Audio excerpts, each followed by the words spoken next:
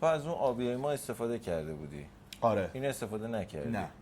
کلا از نظر تو گریپی که بخواد خوب باشه، اولش که اصلا قول به من بده بعد از اینکه رفتیم تست کردیم نظر واقعی تو بگی. یعنی اگر که خوب نبود تو دوربین نگاه کنه بگی آقا خوب نیست. بله آقا. خب تو ولی اون آبیامون رو استفاده کرده بودی؟ آبیا رو استفاده کرده بودم. راضی هم نبودی؟ خیلی نه. اوکی. آره. ببین بد نبوده نسبت به نمونه‌های ایرانی که من دیده بودم، گریپ خوبی بود. ولی اون چیزی که من انتظار داشتم نبود. ولی خب این خیلی به نظر قرص‌تر میاد. اول از همه من با سوراخ حال نمی‌کنم. اصلا تو دستم نمیتونم بندازم اینجوری. آره. خب بعد شل باشه راحت در بیار بذار تو در. اونجوری من بیشتر حال میکنم ولی اون شکلی حال نمیکنم چون واقعا مثلا داری وات میزنی و آره اون لا بکن در بیار سخت داستان. گریپی به نظر من گریپ خوبیه که بتونی راحت همونجا سری بگیری و بری حالا پولاپتو بزنی. اینا که میان پشتش کش میذارن نظرت چیه؟ به نظر من چیزی به درد نخوریه کش. گریپ بس ساده باشه ساده ترین حالت و اینکه بچسبه به بار. ببین توی ایران حالا ما میله های درستی نداریم که بگیم حالا همه چی استاندارده فلانه. بعضی میله ها چیزن چی میگن بهش لیزن، بعضیا نمیشه 100% روی گریپ نظر داد هیچ وقت. خب یه جایی مثلا چرا یه باری هستش که بار استانداردیه درست روی گریپ میچسبه بهش اصلا میگه آقا برام نمونه خارجیش هم همینطوره. ولی به نظر من نمونه خارجی رو توی ایران نمیتونی تستش کنی چون که استاندارد نیست میله هامون. یه چیزی دوتا جوش میدن میزنن. دقیقا. آره. مثلا گریپ هر چقدر خوب باشه یعنی مثلا تو اون گچه رو باید استفاده کنی. آره. حواست باشه. بعد همیشه این شکلی هم که مثلا یه سایز بزرگتر بگیریم برای اونایی که خودشون دوست ندارن این انگشتیاشو بندازن. آره. یه سایز بزرگتر بگیریم که اصلا دیگه لازم. آره مثلا این الان سایز من ولی خب مثلا میندازم انگشتم نکن بذاره. من خودم که استفاده میکنم این شکلی چیزش میکنم، یعنی همین نوک انگشت رو استفاده میکنم که هم بتونم سریع درش بیارم هم اصلا میتونه چیز باشه، یعنی تو حرکت اصلا میتونی خودت اجازهش بکنی. ولی کلا میگم این چسبندگیش مهمترین چیزشه دیگه. این که آقا بارو که میگیری این صفر چسبه. حالا جدا از بحث این که آقا آسیب به دست رو میخواد ازش جلوگیری کنه، این که بچسبه به رک هم خیلی مهمه حتی بدون گچ. یعنی میگم من نمونه آره نمونه مثلا خارجیش هم من استفاده کردم روی یه بارهایی خیلی خفنه روی یه بارهایی نه چون که آقا باره استاندارد نیست کلا. البته من خب الان خیلی وقت گریپ استفاده نمی کنم بدون گریپ میزنم بیشتر با گچ. چرا؟ نمونه‌های ایرانیش اول از همه که بی‌کیفیت شده حالا جدای از محصول شما من استفاده نکردم و نمونه‌های خارجیش گرونه خیلی. محصول شما فوق‌العاده خوبه به نظر من.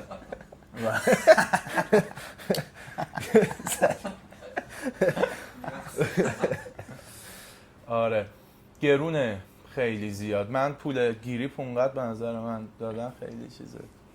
آره.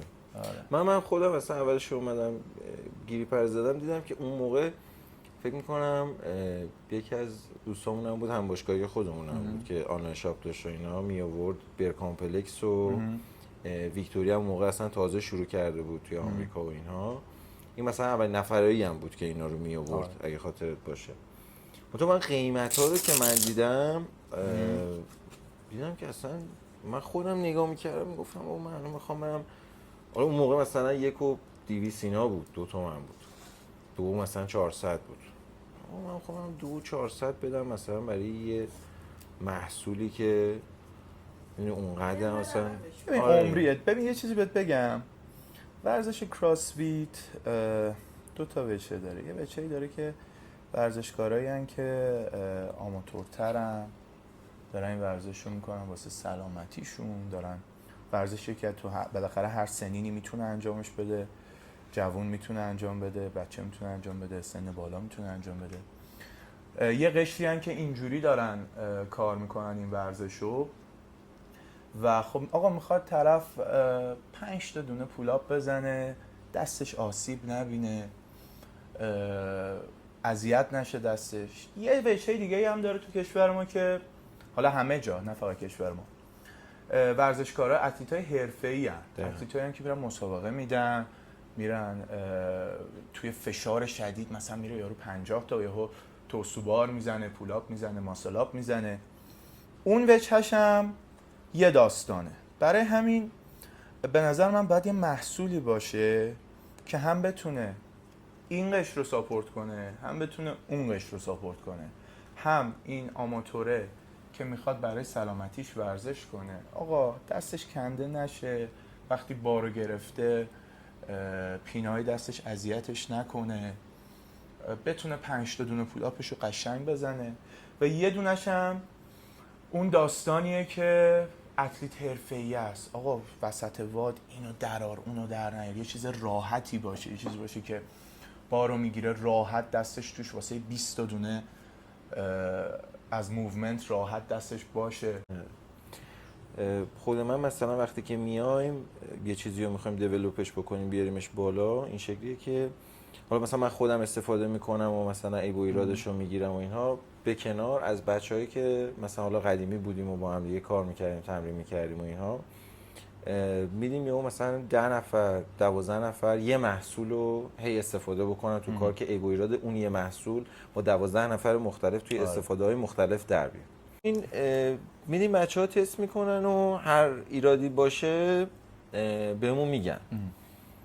یعنی مثلا همین گریپی که مثلا این شکلی ما آوردیم استفاده کردیم، توی چند تا جنس مختلف چرمی ما آوردیم چیز کردیم. چون چرا مثلا ما گفتیم آقا چرمی استفاده بکنیم؟ چون همیشه از نظر خود من این شکلیه که اولد اسکول جواب میده. آره میدونی چی میگم؟ 100%.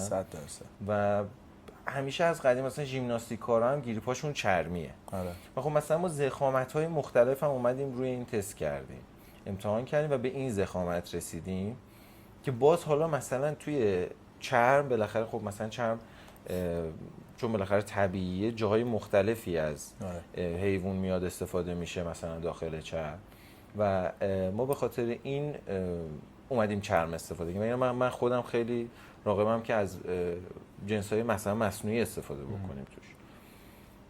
من خودم شخصا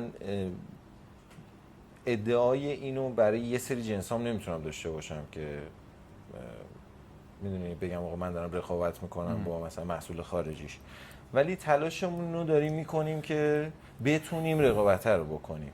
میدونی چی میگم؟ آره. و مثلا همین مثلا خب الان باگ مثلا همین گریپه اینه که بعد از یه مدتی توی یه سری‌ها، چون ببین حالا نمیدونم الان مثلا ما خب خیلی تلاش میکنیم که این اتفاق نیفته، الان تو اینا نداره.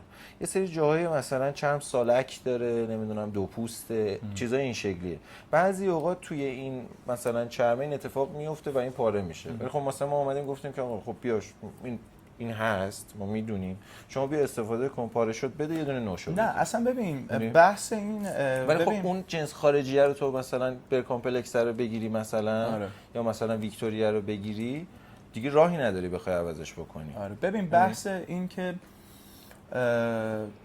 هند گریپ یه وسیله چیز مصرفیه.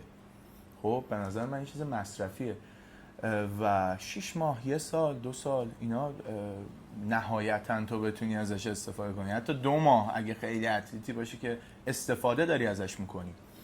برای همین به نظر من این پیشنهاد بهتریه. حالا من نمیدونم چجوریه داستانش، ولی این به نظر من پیشنهاد بهتریه که آقا یه وسیله مصرفی که با قیمت مناسب تر باشه رو تو استفاده کنی. شما میگی آقا اگه پاره شد بیا عوض میکنم برات، این چیز باحالیه به نظر من. الان قیمت گریپای شما چجوریه؟ الان ما اینو زیر 1 تومن گذاشتیم. خب خوبه، یه چیز معقولیه دیگه، میدونیم باید امتحان کنیم ببینیم چجوریه دیگه.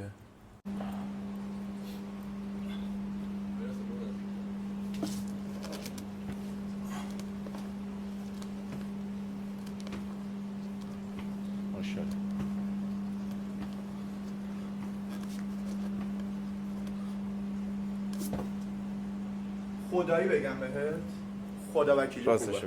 خدا وکیلی خوبه. دروغ نگی. به خدا جدی دارم میگم. خدا وکیلی. آقای خوبه. تو توستوبار از اونوری باید بزنی؟ نه میشه اینجوری. نه خیلی خوب، قرص و محکم. میله های من مثلا میله در پیتیاست، جوش زدم چیز استانداردی نیست. پاس جونم. به خدا خوب بود. اوکی. جدی دارم بهت میگم. باش. نه باحاله. بذار ببینیم.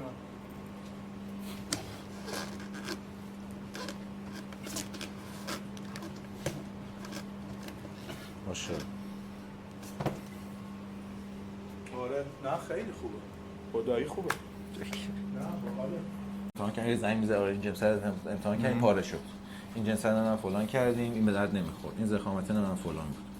بعد دیگه در نهایت نه حالا روی چیزا اگه تونستی حالا بعد رفتی رو رینگ و اینا آره حتما. این آره. نظر خود خیلی برام حتما. نه خیلی با الان واسه چیز حالا میگم توی طول مدت هم بعد دید دیگه الان آره 4 تا پولاب زدیم ولی خوب بود. جاکت نه خیلی قرص و چسبندگیش. لیزی آره چسبندگیش خیلی خوب.